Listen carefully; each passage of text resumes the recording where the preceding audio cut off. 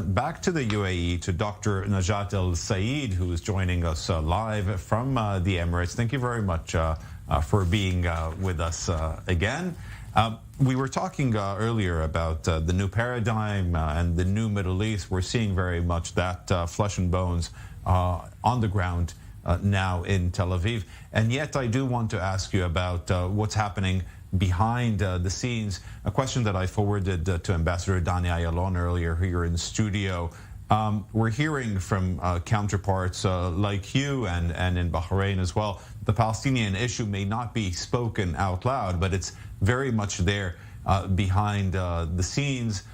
What sort of efforts are being done between the Emirati government or by the Emirati government to influence Israel at restarting negotiations with the Palestinians? Or are we waiting for the succession of Mahmoud Abbas before that can happen? Well, I believe there are like different strategies now in the region. Before all the previous years, there was one strategy, that there will never be peace without solving the problem, or there won't be normalization. In other words, without solving the Palestinian issue. Now the new strategy, and that is involving some countries in the region, that let us try other strategies. Why we don't do normalization? That might be a part of the solution. Because we tried the win-lose strategy, we tried before the condition that there won't be any kind of normalization without solving the problem, but it didn't work for more than 17 years. So when you have a static problem for ages, you have to think out of the box. And I believe the UAE and Bahrain have made that. There are still some countries in the region that they are stuck with the old strategies, but this is their own way. But let us try the other strategy. The other point that I believe that the whole even international community should be putting in mind, that the Arab countries are facilitators for the Palestinians. They're not actually the mouthpiece of the Palestinians. This Palestinian issue, if we really sincerely want to solve it, it has to be between the Palestinians and the Israelis.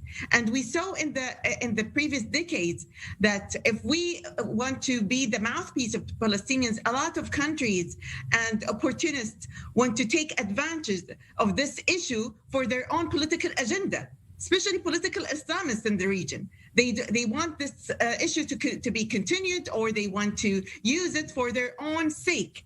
So it is very important to show that Arab countries are facilitators and helpers to the Palestinians, but they are not going to be the mouthpiece of Palestinians, in front of the Israelis. They are in the front line, not the other Arab and other countries in the region in the front line talking for them. This is the main thing. And the other thing, I believe, it is logical to wait the succession after the Mahmoud Abbas, and we see after the election, we see if he's going to remain in power or not, and to see, afterwards what will happen. If and when election will take place. It seems like for now they're being it takes place delayed and delayed. They are trying to postpone it.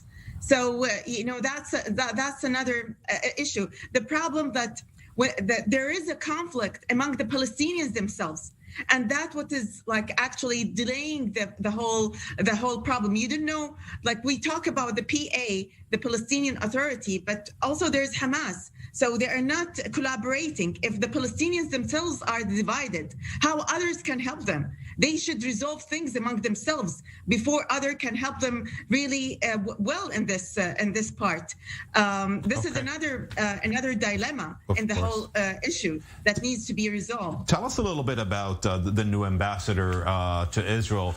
He's very young, or relatively young, at least for what we're used to seeing here in Israel. Usually we see very much older ambassadors, veterans in foreign service for a lot of countries, as this is considered a very tough position and very political.